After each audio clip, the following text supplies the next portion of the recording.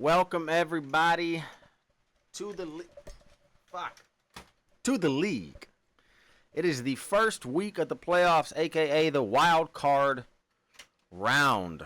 As you can see from the standings, the LA Finesse were eliminated from the playoffs last week as the Tampa Bay Tiger Sharks clinched last week in a big-time game against the Hickory Grove Heaters, where they knocked them off by 12 points, and it didn't matter what happened with the Finesse at that point since the Tiger Sharks won, but the Finesse lost to make it that much more cemented for the Tiger Sharks that they belong in the playoffs this year. And look at these final standings at the end of the regular season. This is crazy. I mean, who thought the Rune Dogs and honestly the Cavs and the Finesse would not be in the playoffs this year? And then who thought the Trolls, besides Graydon, thought the Trolls would only lose one game? And that game, again, was to the Voyagers by what? 1 fucking point? So, it was like 1 point, right? Let me double check this shit. 2 points. Sorry, 2.5 points over the Trolls back in week 5. So, 1 field goal away from being undefeated. The Trolls were this season. Hell of a run there, and I think 13-1 is a new record. I think so. It's got to be. I don't think anyone's only finished with 1 loss. I think the Dumpster Fire got close. Or no, Mandy only had 1 loss last year, right? I don't know. Whatever. Still a record, even if it's a tied record. It's just not new. But let's get... What the fuck's going on my phone? Stop texting me. I don't care. Anyways, so the Trolls and the Dumpster Fire have clinched first round buys. They are chilling this week. The Voyagers, unfortunately for me, finished with the same record as the Dumpster Fire, but lost to them earlier in the season. Didn't score as many points, so now they are the first one out of the coveted first round buy spot, and they will be taking on the Tampa Bay Tiger Sharks in the first round. We'll get into that just in a little bit. And the Quailmen and the Mothmen will be facing off in their matchup. And again, we'll get into that just a little bit. No power rankings this week. We don't need them. No rivalry games. No game of the week. It's playoff time. And let's get into it. Let's get into the first matchup, which is the matchup number 1 of the Phantom First Tournament. And we got the LA Finesse at the Hickory Grove Heaters. And if I can check my fucking scores, my shit's all messed up. Right now, yeah, both of these games in the Phantom First Tournament have not kicked off yet. I don't know what's going on with the scheduling as to why they put the shitty games in prime time and the playoff games have already started.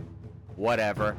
I don't make the scheduling around here, but you know, Finesse at the Heaters. Again, this game has not kicked off yet. 0-0. Vegas has Finesse winning this game by less than a point. This is going to be a very close matchup. However, I don't know. I just don't see the Heaters doing too much in this one. But again, the winner of this game, you know, the shit's not over yet. Again, because the winner of the tournament gets that Phantom first round pick, which the Tampa Bay Tiger Sharks got last season. And can I look at the draft? Let me see. Who the hell? I don't remember who Rico chose. Oh, I don't remember who Rico chose for that 13th pick. Because it doesn't show up in the actual, you know, like draft board because it was a phantom pick. But whatever. I don't remember who the hell Rico picked, but Rico got it last year, and it's obviously helped his team. It propelled him from basically not a bottom-dwelling team, but a team that never really gets into the playoffs, and now look at them. They're in the fucking playoffs at 8-6. Pretty solid. I'm trying to fucking find who the hell he picked. It wasn't Roshan Johnson. Who the hell was it? It wasn't Brashard Smith. It wasn't Ty Felton, was it? That'd be stupid. No, it wasn't Ty Felton. I don't know who he picked, man. He's got a lot of motherfuckers on this team. Whatever. Anywho, but the winner of this game, though, goes on to play, I think it's the Tanks. Yeah, they go on to play the Tanks, who has the first round bye. And yeah, there's some confusion here. But yeah, it's kind of the opposite, mirrored of the actual playoffs. The worst two teams get the byes because, you know, they need the most help. And I mean, the Tanks and the Cartel, they definitely need all the help they can get. But again, it's not an automatic thing that they're going to get that Phantom first. It's just a little bit of a help to get them there. And yeah. Anyways, back to this finesse game. You know, in this one we got Mahomes and Purdy facing off. I mean, that's a win for the finesse. Mahomes has been playing lights out this season, even though the Chiefs have been pretty fucking mid. But Mahomes has been playing amazing. He had a really bad game last week against Houston, but now they got the Chargers, who look, I don't know what the hell they're doing. This one, again, Vegas has got them winning only by, less than a point, which the Heaters are used to. They are used to losing by less than a point. And I may have to agree with Vegas again here. I think the finesse are going to pull this one out and move on to play the Tanks in the second round. In the second matchup of the Phantom First tournament, we got the Cameron Cavaliers at the Long Island Rune Dogs. Same as last game, has not kicked off just yet. Vegas has Rune Dogs winning this one by 2 touchdowns, though. And again, both of these teams were in the playoffs last year. Both of these teams won their respective divisions last year, and now they're not even in the playoffs. So you can see how easily the tides can turn here in this league, and how much that Phantom First can really rocket a team up, just like the Tampa Bay Tiger Sharks have done. I assume. I don't remember who the fucking player is. In this matchup, though, we got Hurts versus Lamar. That's a pretty good matchup. You got Barkley and Henry versus Etienne and Harvey. So young versus established. You got Sun God versus Metcalf.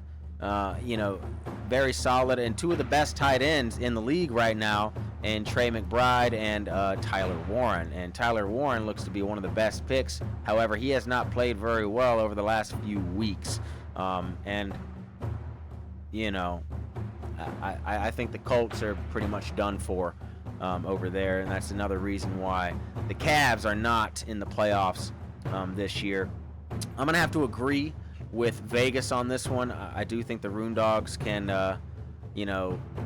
beat up on the Cavs, even though the Cavs do have a better record than them this season. I think the Rune Dogs, even though it's not playoff football, it's still win or go home football, and the Rune Dogs are, they are very used to this type of environment, and I think they're going to take down the Cavs and go on to play the Miami Cartel next week, who they are very familiar in playing.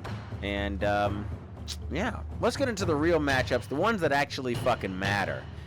In the first matchup of the Championship tournament, the playoffs, you got the French Quarter Quailmen, who finished the season 8-6, at the 9-5 Midlands Mothmen.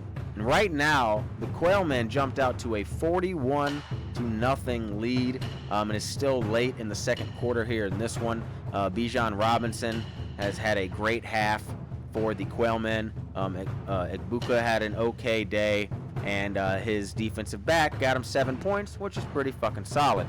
The Mothmen, again, this is a very tough matchup to call. Vegas still has the Mothmen winning this one by 2 points, even though the Quailmen are leading by 41 at the moment. At the quarterback spot, we got Justin Herbert for the Quailmen versus Marcus Mariota for the Mothmen, since Jaden Daniels, he got tackled pretty rough after one of his interceptions last week against the Vikings and bent that elbow a little bit more.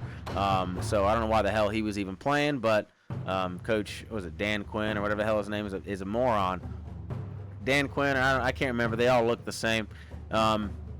So it looks like an obvious win for the Quailmen at the quarterback spot, but Herbert hasn't been playing very well over the last five game, or I guess 5 weeks. He had a bye in there, but he hasn't scored over 20 since week 9.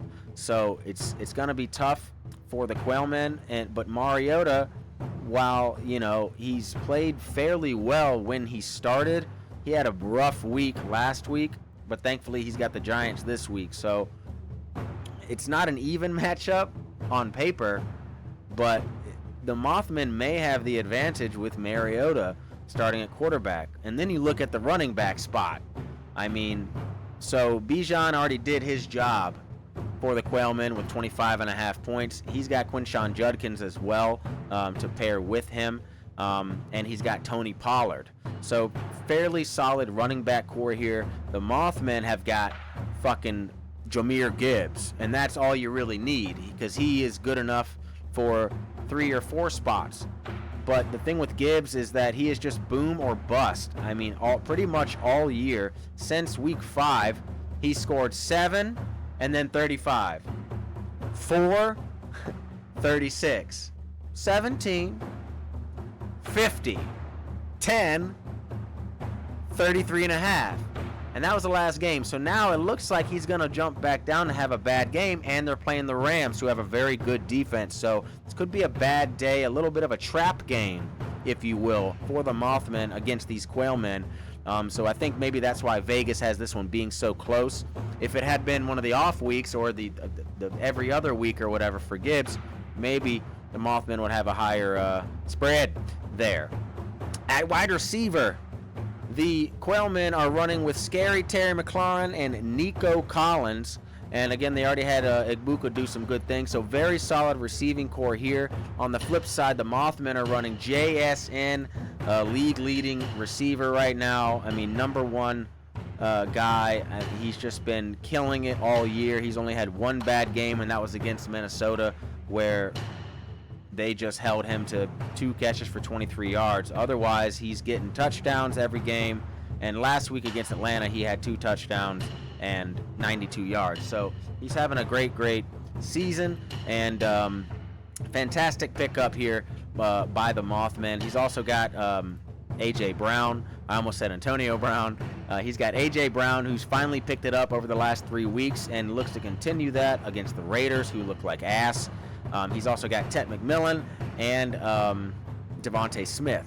So very, very solid core here for the Mothmen. I think that's why they're giving him the go-ahead. Tight end spot, both are very mid. Washington and Mandrews. Mandrews is not the guy that he once was. Still can do some stuff, but hasn't really been all that good this year. And Washington is just fat. I don't know what else to tell you for Darnell Washington. I mean, he's fun. He's fun to watch, but yeah. And defensive-wise, they're both pretty solid. Dan is running the Myles Garrett, and he's got Will Anderson sitting there on his bench still. I mean, again, it's tough to play Will Anderson when you have Myles Garrett. I get it. And I don't think either of them have the linebacker tag. No, Will Anderson can play at linebacker if he wanted to, but he hasn't played too well lately.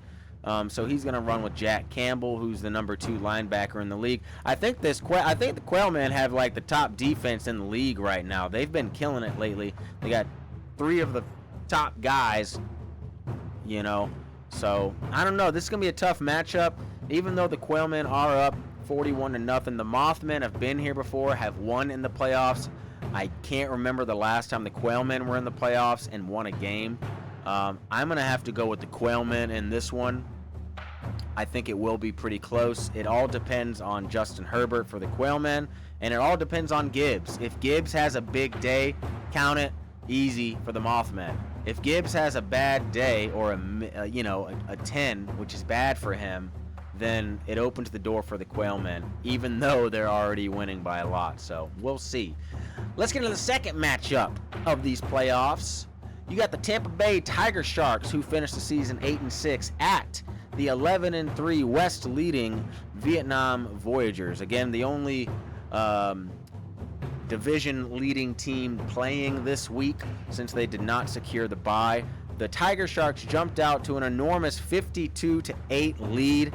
It is halftime in this game right now. Vegas has got the Tiger Sharks now winning this game. I don't remember what the line was before kickoff, but now at halftime the line has jumped to where the Tiger Sharks are going to win this game by 3 touchdowns, which I don't remember the last time the Tiger Sharks were favored to win this much, and I don't remember the last time the Voyagers were not favored or favored to lose.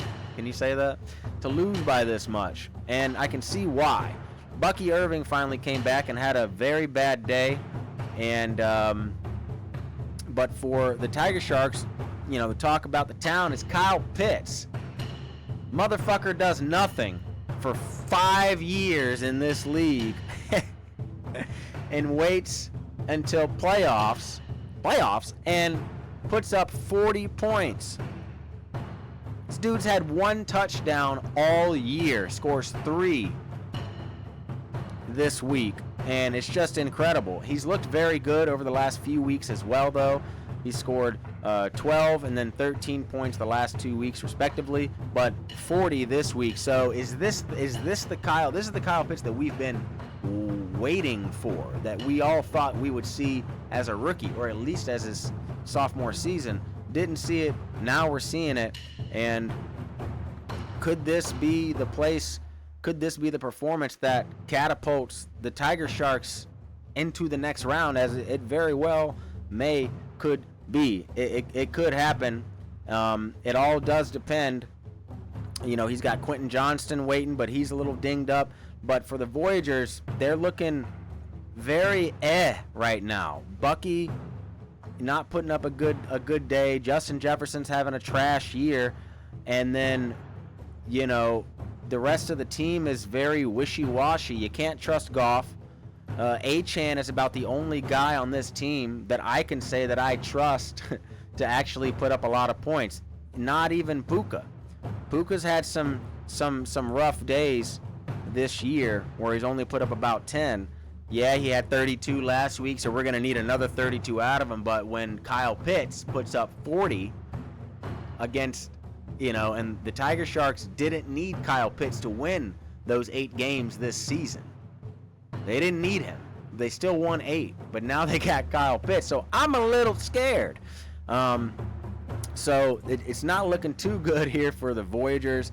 They still could pull this out, and since I'm making the fucking picks, I think they're going to, because I believe, just based on pure bullshit and the fact that the Vikings are playing the Cowboys, who have a trash defense, and maybe this is the day that Justin Jefferson wakes up, because if he doesn't score a touchdown or get over 100 yards, the Voyagers are going to lose. There's no way that they can do anything in these playoffs unless he starts to wake the fuck up, because Bucky didn't do shit. So it's going to be a rough outing here for the Voyagers, but I think they're going to pull it off. I think they can do it. And it's going to be very close, though. We shall see. Let's get into these predictions that I just made.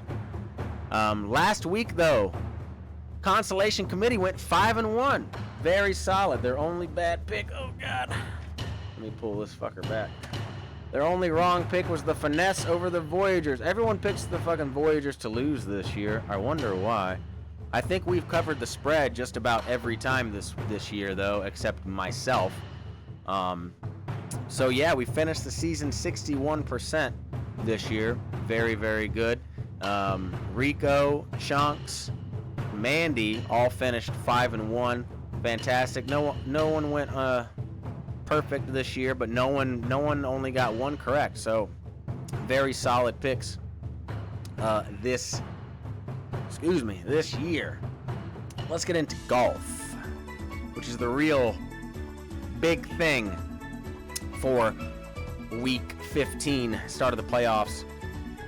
And yeah, as you can, we already know what the hell is going to happen here. We already know, but we're going to go through it anyways. Let me see here. Golf. Let's see. Last week, Graydon shot 2 birdies and a bogey, had a whatever day. Mandy shot 4 bogeys pretty trash. Chunks had the best day of the week. Last week he had 5 birdies to catapult him from 7th up into another position that I'll name in a second because I haven't revealed them yet. And Rico had 3 birdies and a bogey. Otherwise, everyone kind of just either didn't even play the hole, walked the hell off, or got 1 birdie or 1 bogey or both. So nothing too crazy happened here. Coming in 12th place, you got Matt, 11 over par on the year. Pretty fucking trash. Started just very, very bad mid part of the season, starting the wrong guys here and there, just couldn't pull it together. Last place for Matt. Coming in 11th, you got Robbo.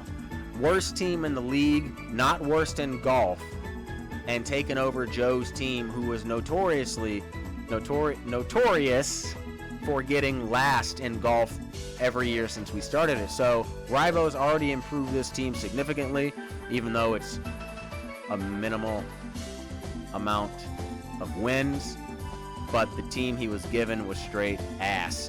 Coming in at number 10th place, you got Sam with 8 over par. Again, no surprise, the worst 3 teams in the league are the worst 3 in golf, just shuffled around a little bit. Coming in 9th, you got Dan, 4 over, a playoff team all the way down here.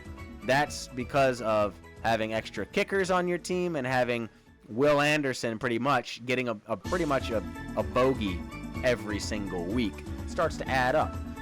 So that's why Dan is sitting here, but I don't think he cares too much since he's in the fucking playoffs. Tied for 7th, we've got Rico and Mandy sitting at 1 over par. Rico's in the playoffs, Mandy is not.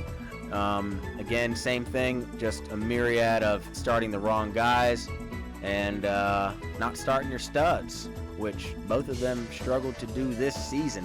Tied for 5th, you got E-Man and myself at 5 under par.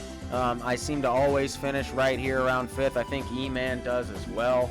Let me check last year's golf. Where did E-Man finish? E-Man finished 8th last year with 2 over par and I finished 5th at 5 under par last year. Same shit. I was like, that looks familiar. So, and then 2 years ago with golf, let's see, E-Man finished 3rd 2 years ago at 10 under par when Matt won a couple years ago. I finished 5th, 4 under par. So I'm just perpetually going to be in 5th place here at about 4 or 5 under par in golf. I gotta get some superstars on this squad. That's okay. Coming in 4th, you got Chunks. Very, very solid.